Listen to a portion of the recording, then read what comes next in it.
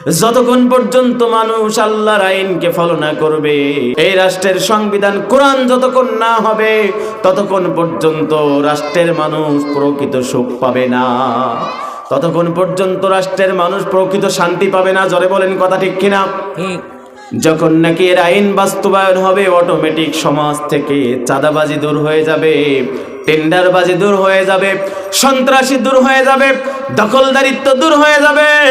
আল্লাহর আইন যখন প্রতিষ্ঠা হবে, একজন চোর আর খুঁজে পাওয়া যাবে না, অবৈধভাবে কারণে নামে মিথ্যা মামলা হবে না, আয়না ঘরে রাখার মতো কোনো সুযোগ হবে না, একজন মেয়ে রাস্তায় ইফটিজিং এর শিকার হবে না, ধর্ষণের শিকার হবে না।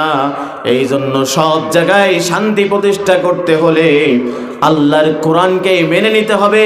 কারা কারা প্রতিষ্ঠিত করতে চান, দুই হাত উত্তোলন করে একটু দেখায় দেন। লিল্লাহি তাকবীর।